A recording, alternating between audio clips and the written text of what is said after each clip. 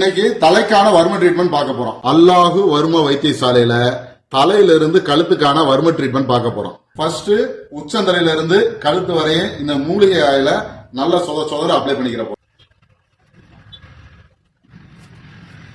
ரெண்டாவதா தலைக்கான oil massage பண்ண போறோம். இப்ப செய்யறது வட்ட கோதுமை தடவல் பண்றோம். அடுத்து அரைக்கி தேய்க்கிறோம்.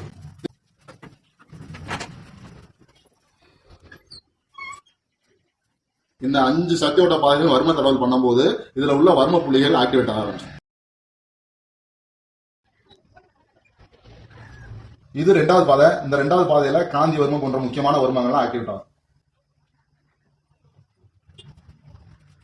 இது 3வது சக்தியோட பாதை. நெக்ஸ்ட் 4வது சக்தியோட பாதை. இது 5வது சக்தியோட பாதை. அடுத்ததா தலைக்கான வர்ம தட்டு கொடுக்க போறோம். இது 1வது தட்டு, இது 2வது தட்டு, இது 3வது தட்டு. இந்த வர்ம தட்டுகள் ஃபுல்லா மூளைக்கு உள்ளார பகுதியில ஆக்டிவேட் பண்ணும்.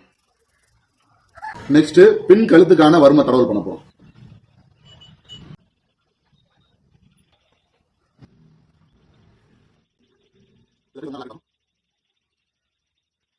நெற்றிக்கான வர்ம ட்ரீட்மெண்ட் பண்ண போறோம். திளர்த்த காலத்துல இருந்து ஆரம்பிக்கும்.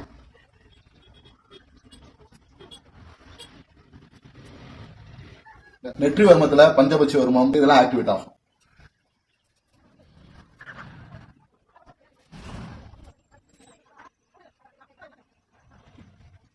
அடுத்து கண்களுக்கான வர்ம ட்ரீட்மெண்ட். இதுவும் திளர்த்த காலத்துல ஆரம்பிச்சு இதுக்கு பேர் அகர தடவல் அப்படின்னு சொல்லுவோம்.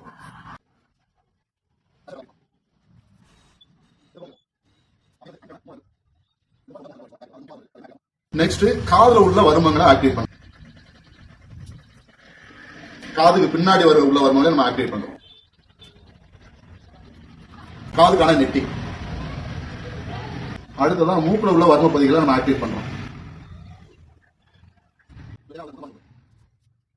கொடுத்துட்டு அப்படியே தாடையில் உள்ள வர்மங்களை ஃபுல்லா ஆக்டிவேட் பண்றோம். அடுத்து அப்படியே காது பின்புறமா வந்து கீழ்த்தாடை வழியா வந்து முடிக்கிறோம். அடுத்து இந்த இதுல உள்ள வர்ம பகுதிகளை ஆக்டிவேட் பண்றோம். இப்ப இதுல இருந்து ஒரு மல்லான தடவை இந்த வர்ம பகுதியில அப்படி பிறை வடிவத்துல ஆக்டிவேட் பண்றோம். இந்த ஃபுல் ட்ரீட்மெண்ட் மூலமா புத்தி பேதளிப்பு, முகவாதம் சரியாகும், செர்விக்கல் பிரச்சனையை சரி பண்ணலாம். மருந்து இல்லாத வாழ்க்கையை வாழ்வோம்.